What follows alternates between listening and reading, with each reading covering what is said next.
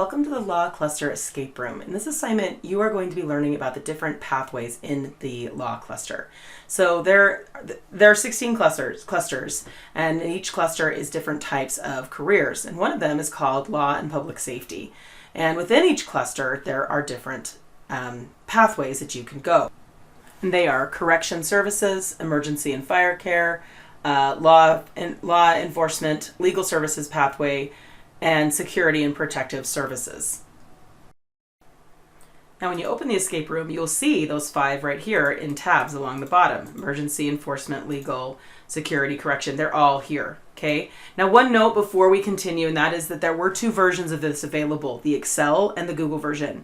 If you have a choice, do Excel. Okay, the reason Excel is better is that Google's great because you can do it at home if you don't have Excel. So I get that. If Google's easier for you, do Google. But the Excel one is better just because I have been able to block you from clicking where you shouldn't click.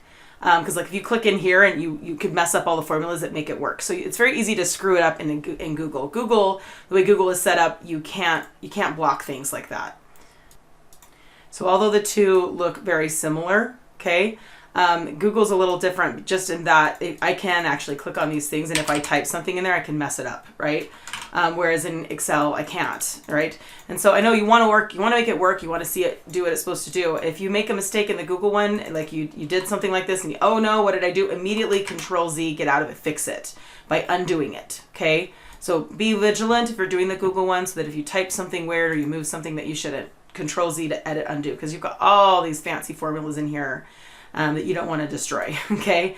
So just keep that in mind. Again, if you can choose to Excel, if you can't with Google, be a little bit more careful and only type where you're supposed to. So when you open this up, you will see that there are sheets along the bottom, and each of these are those 5, right? Emergency, Enforcement, Legal, Security, Correction, and you're going to be solving each of these rooms.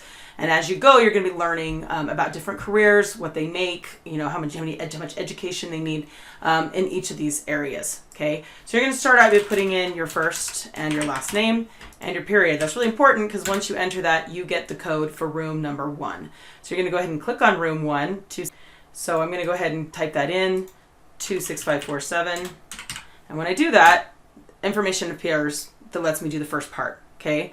So some of them will have lots of different activities. Some of them only have, like the second one, Enforcement only has 1 activity. Some of them have 3 or 4. So make sure you read the directions, okay? So it says, read the paragraph above and answer the following questions. As you do, careers from this pathway will write up, blah, blah, blah. Okay, so these workers help victims of what? I don't know. Well, maybe I should read this paragraph. So emergency service workers come to the aid of people who have fallen victim to natural disasters, fires, and other catastrophic events. Gee, that sounds very familiar. These workers help victims of natural disasters. Spell it correctly. Okay. And fires. Oops. What happened there? Fires. And catastrophic events. Catastrophic. It really matters that you spell it right. Now this one I didn't spell right. I spelled it super wrong. So nothing came up. It didn't happen. That's because it's a misspelling. Catastrophic, which is right there if you don't know how to spell it. Make sure you don't have a space afterwards. So if you typed it in correctly and it doesn't show up, it's probably because you have a space. There's not a lot of spots in this where you actually type anything. Most of the time you're going to have pull down menus that tell you what to do. But anyway, just make sure you type it correctly. So as you fill it out, notice I'm getting numbers here, okay? And then when I get them all right, all these numbers will fill in, and then this will appear and I can do the next activity, okay? This next activity does get a little confusing for some. I am going to baby you through the first one just a little bit, and then I'll give you a few pointers that kids struggle on in the other 4, and then I'll just kind of let you go. But I'm not going to take you through the entire thing. So now I finished the ones up above, and I got my little unlock button, and now I'm ready to do the next one. So when you communicate with who you communicate with when you call 911. So notice there's directions right here to tell you what to do. This one has a drop-down menu. And if you're not sure, you can always guess, and it won't turn bold because right here it says it will bold if correct. That didn't go bold, so that must be wrong. But oh, lo and behold, when I do dispatcher, it is correct, right? Same thing when I enter my salaries. If I get the correct salary, it will turn bold. And this one, when I get the correct years of service or years of school, I will get it turning bold, and it will actually enter it into this little graph over here. So you want to make sure your graph is right because these questions will all be based on this graph, okay? And this is going to be, this graph is a combo chart. So the education will be like a And let's do the second one so you can see what I'm talking about, because I won't show it unless I have to. So it needs 100 hours of training to be allowed to enter a burning building. Well, burning building, that sounds an awful lot like a firefighter, right? And I'm not sure what they make. Let's see, it's like somewhere close. There we go. And how many years do they have? I think it's 2, right? So now I have some more information. I can compare the dispatcher to the firefighter, which one's making more money. I can see which one has more education. Obviously the firefighter has more education than the dispatcher, right? And so you're going to use this information. Once you've entered all of these, you're going to use this information to answer all of these, okay? Except I just realized that was wrong. I put 2. It should be 1. See how it didn't bold? I had it on 2. And I was like, that's not bolded. So I went and looked again. It's only 1 year, right? But anyway, so make sure that those are correct so that the answers over here, if you're not getting the right answers here, it could be because you got the wrong answers up here and your graph is incorrect. So once this one is correct, this one will ask you questions about each one, and you'll do a drop-down menu to answer it. And then the numbers will appear here. If they turn blue, once you've got them all in and they're all correct, it will turn blue, and that gives you the code to enter into the room code here, okay?